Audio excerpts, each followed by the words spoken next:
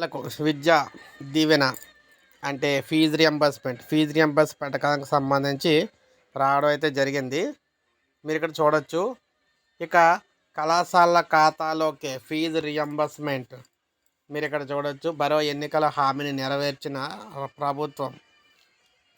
మీరు చూసుకున్నట్లయితే గత వైకాపా ప్రభుత్వం ఫీజు రియంబర్స్మెంట్ను తల్లుల ఖాతాలో జమ చేస్తామని చెప్పి సకాలంలో చెల్లించకుండా విద్యార్థులను పెట్టిన ఇక్కట్ల కూటమి ప్రభుత్వం చెక్ అయితే పెట్టింది.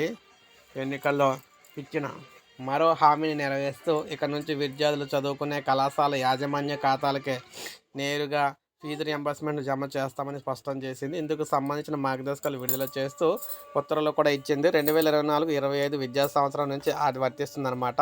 ఎస్సీ విద్యార్థులకు మినహా మిగిలిన అర్హత ఉన్న విద్యార్థులందరికీ కూడా కళాశాల యాజమాన్య ఖాతాలోకి జమ అయితే కాబోతుంది. అయితే ఎస్సీలకు మాత్రం అలా కాదన్నమాట. ఎస్సీ విద్యార్థులకు సంబంధించిన చెల్లింపులో కేంద్రం వాటా 60% ఉన్నందున ఆ మొత్తానికి రాష్ట్ర వాటా 40% కలిపి విద్యార్థుల ఖాతాలకే జమ చేయనున్నారు. అయితే 2025-26 విద్యా సంవత్సరం నుంచి ఫీజు రియంబర్స్మెంట్ ఇక్కడ మంజూరుకు విద్యార్థుల ఫేషియల్ రికగ్నిషన్ పరిగణలోకి అయితే తీసుకుంటామని ప్రభుత్వ ఉత్తర్వులో పేర్కొంది.